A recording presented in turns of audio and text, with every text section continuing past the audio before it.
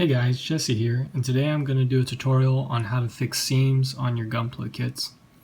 Now, I believe fixing seams are one of those sort of integral techniques that you need to improve the look of your kits, even if you are a beginner. This is a very easy technique, so even beginners can do this, and this tutorial is really aimed towards beginners because there's two main ways to remove seams, and I'm going to show you the easier way that does not require any painting. The other way, just a quick overview, is to take some putty and to fuse the pieces together and then sand off the putty and then repaint the entire piece. Admittedly, that gets you a much better result, a much more continuous result, and you're less prone to error with that. But with this technique, it's far easier, it's faster, and again, there's no painting required, and you can get the same results as you would with putty. So what you'll need for this is Mr. Cement Deluxe or any plastic cement. I just find that this stuff works the best because it's thin enough and it comes with a nice applicator. And some fine sandpaper. I'm going to be using the sanding block. This is about 1000 grit. As you can see, it's quite well used. And you can also get one of these. This is sort of like it's a nail filer and buffer and stuff, but you can pick this up at Walmart or any dollar store for under $1. This is really nice because it has a very fine sanding part, and then you can kind of go through the steps here to sort of smooth and buff out any scratches or anything. So today I'll be fixing this shoulder piece on my Hymock here, and if you're wondering how to look for seams, like if you're confused about whether the seam is supposed to be there or not, a good reference is to take a look at the sort of finished product or promotional shots within your manual. So here on my Hymock, I can see that the shoulders are a continuous piece. There's no seam on those shoulders, save for that piece that goes on. Other places that I found no seams are like on the arms or the legs here. This is actually two pieces that come together, so obviously there's not supposed to be a seam there. Because sometimes seams are meant to be there and sometimes they are meant to be a panel line or something like that. So first thing you're going to do is go ahead and put in all the pieces that are supposed to go within the piece, because what we're going to do here basically is glue these together and sort of fuse them together and then sand off the excess cement, kind of creating a layer between the pieces that melds the colors together. Make sure you get all the pieces in there. I've had a situation where I forgot to put a poly cap in, and then trying to get those two apart was just a nightmare. I had to find a different solution for that, so you don't want that. So double check, make sure you have everything in there. Okay, so next thing you want to do is grab your cement here, and what we're going to do is put it along the edges within the inside of both pieces. Now, just to double check where these seams are going to be, you can kind of like test fit these, and you can see there'll be a seam here and a seam here. So those are the two places we're going to want to put our cement. This is covered up by a piece, so we don't need to put cement there. Okay, so now we're ready to apply our plastic cement after everything's put in there and you've cleaned up all the nubs and stuff, regular housekeeping stuff when building. You'll notice I actually have the other shoulder here, and that's because I didn't realize my phone ran out of memory while recording and actually did the whole process with the other shoulder, but it's a good thing that robots have two arms.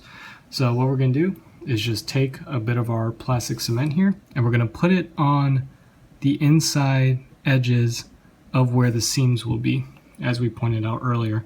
And now you want to apply this very generously. You want to apply a lot, because what we're going to do is we're going to squeeze them together so that cement seeps out, and what this does is it creates a bond that will fill in the gaps between the seams. Now I'm going to take this off camera because I have to squeeze it quite hard. Here it is, and what I've done is I put it together, and you have to squeeze until, did I get my camera in focus, until some cement kind of seeps out of the gap.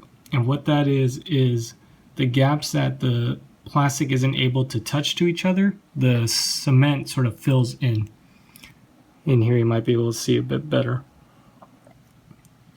So this is the sort of result you're looking to see cement seep out. Actually, that's a much better look. As you can see, some cement is seeping out. And sometimes with larger parts, if they're not coming together, they're having problems staying together, you can hold this for about 30 seconds or so to a minute and let the cement sort of dry. This stuff dries quite quickly, so if you forgot to put something inside the piece, it's quite difficult to get apart without snapping the piece. In any case, don't have to squeeze too hard on this one. This one went together quite well. And now what we're going to do is take some more cement and apply a very generous layer over the seam. And do that to both seams. You want quite a bit because you want it to be able to seep in there where the cement between the pieces wasn't able to reach to. Okay, so now we're going to let this dry for, I usually just leave it overnight and go to work on another part, or you can come back to it in about 2 to 5 hours is what I found it to be completely dry. Again, overnight is assured. It will for sure be dry. Here's the other shoulder I was talking about. And then what we're going to do after they're dry is just take our fine sandpaper and sand away that top layer of glue. So I'm going to let these dry and then we'll come back to it and finish up. Okay guys, so now I'm back after waiting for the cement to dry. I actually waited overnight, so this is the next day. And what we're going to do now is just take some fine grit sandpaper and just sand away the glue. Just a quick note before I start. Sometimes, especially in older kits, you'll put together the parts and you'll see that the seams don't necessarily match up. So you'll have one part lower or higher than the other one.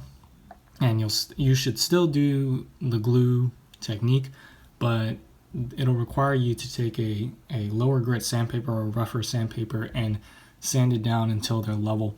You may end up like deforming the part slightly, but it's better than an awful looking seam. So that's just a quick note on some older kits, or even if you glue them incorrectly, like you don't line them up spot on, this can happen. So we're just going to take my 1000 grit here and just sand away. And what we're essentially doing here is removing that layer of glue and just leaving the glue that is located between the seams. This is the part that sort of melded the pieces together. Some more quick notes. This is a lot easier to remove seams on flat surfaces or round surfaces, obviously, especially ones without detail. As you can see, this one's like almost completely gone. I'll remove some glue down here. But yeah, it's obviously easier to remove seams on round or flat surfaces. For detailed surfaces, you're going to have to pay extra attention on how you sand it.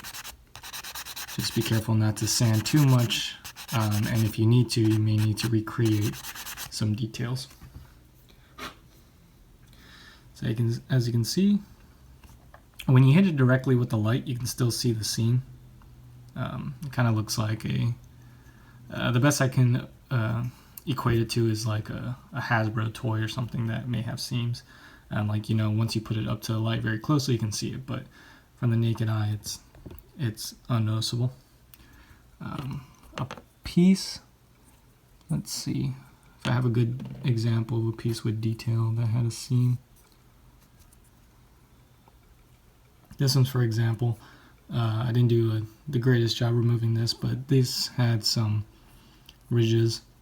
This is the white you see there is just some dust left over from sanding, but as you can see, I sort of sanded too much and almost removed these ridges.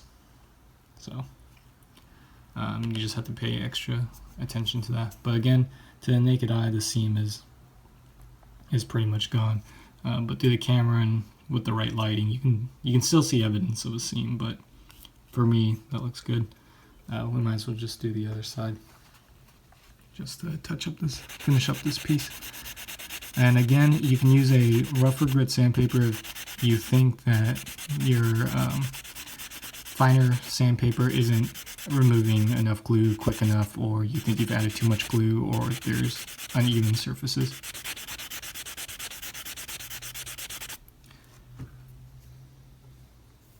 This one came out pretty nice. Yep. So what we can also do is take this and just go through the different motions so that kind of clean it up a little bit more. Smooth it, buff it. There we go. That helps as well. I finished with shine just to get rid of some of the dust to show you how this looks. But yeah, you can still see there's some nub marks. I didn't pay too much attention to cleaning up the nubs because I'm repainting this whole thing white, so that doesn't really bother me, but make sure to clean your nubs thoroughly. So let's go ahead and do it to this side just to show you the difference that you can get with a filing tool like this.